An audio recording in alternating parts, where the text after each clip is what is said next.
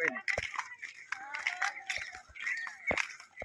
Guys, जय माता जी। आज का हमारा दूसरा दिन है पावागढ़ जाने का। बहुत बढ़िया मजा आता है चलने में। हाथ की तो पग की तो गांड फट गई है, अभी क्या होता है मालूम नहीं है। गांड भी फट गई, फुल्ले हो गए हैं। हम अभी आपको अभी आगे जाके कुछ आराम करेंगे, फिर मिलते हैं। जय माता जी।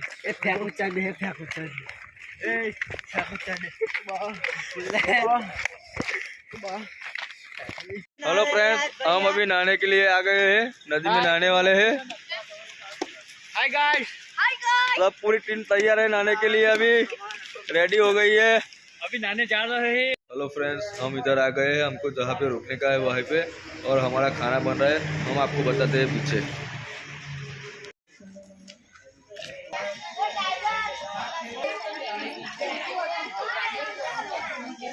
जमने का तैयार हो रहा है, थोड़ा देर लगेगा टाइम, फिर हम जमने का तैयार।